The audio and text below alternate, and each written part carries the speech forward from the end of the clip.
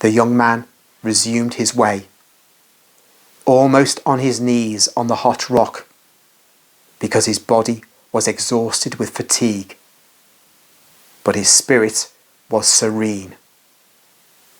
There was the top and his father. "Father, my beloved son." The young man threw himself on his father's breast. His father embraced him and kissed him fondly. "Are you alone?" "Yes, but my brother will soon be here." "No, he will never arrive. He left the way of the 10 Commandments. He did not come back to it after the first warning disappointments. Do you want to see him? There he is, in the abyss of fire. He persisted in his error.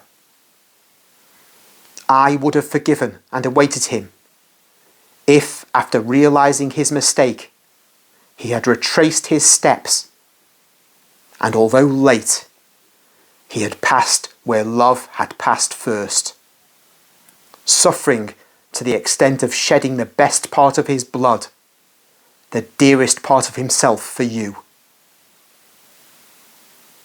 He did not know. If he had looked with love at the words engraved in the 10 monuments, he would have understood their true meaning. You read it as from the 5th monument, and you called his attention to it when you said, "Our father must have injured himself here." And you read it in the 6th, 7th, 8th and 9th, clearer and clearer, until by instinct you discovered what was under my blood. Do you know the name of that instinct? Your true union with me.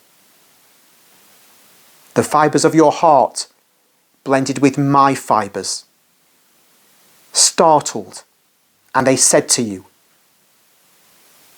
"You will have here the measure of how much your Father loves you."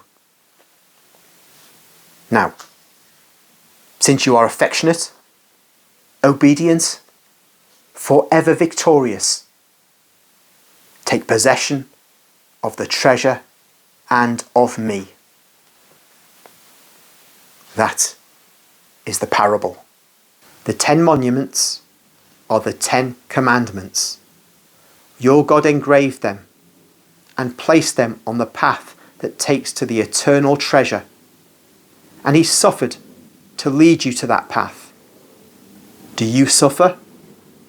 God does too. Do you have to force yourselves? God has too. Do you know to what extent? Suffering to separate himself from himself, and striving to know what it means to be a human being with all the miseries of mankind, to be born, to suffer from cold, starvation, fatigue, to suffer sarcasm, affronts, hatred, snares, and at the end, to die, shedding all his blood to give you the treasure. God, who descended to save you, suffers all that. God suffers that in heaven, allowing himself to suffer it. I solemnly tell you that no man, however laborious his path may be to reach heaven, will ever follow a more laborious and sorrowful way than the one along which the Son of Man has to go, to come from heaven to the earth, and from the earth to the sacrifice, to open the doors of the treasure to you. On the tablets of the law there is already my blood. On the way which I am tracing out for you, there is my blood. It is the gush of my blood that opens the door of the treasure.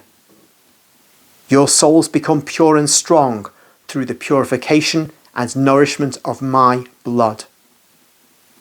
But to prevent it from being shed in vain, you must follow the immutable way of the 10 Commandments. Let us rest now. At sunset, I will go towards Hippo. John will go to be purified, and you will go home.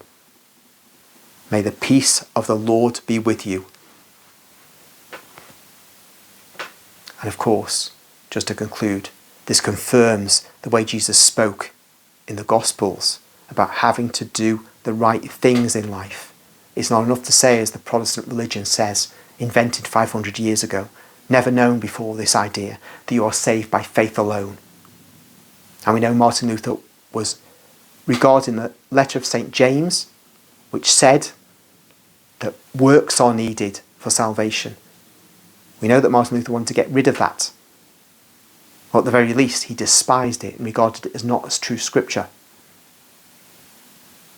So we have here Jesus making it really explicit and detailing it that we must do the right thing in life.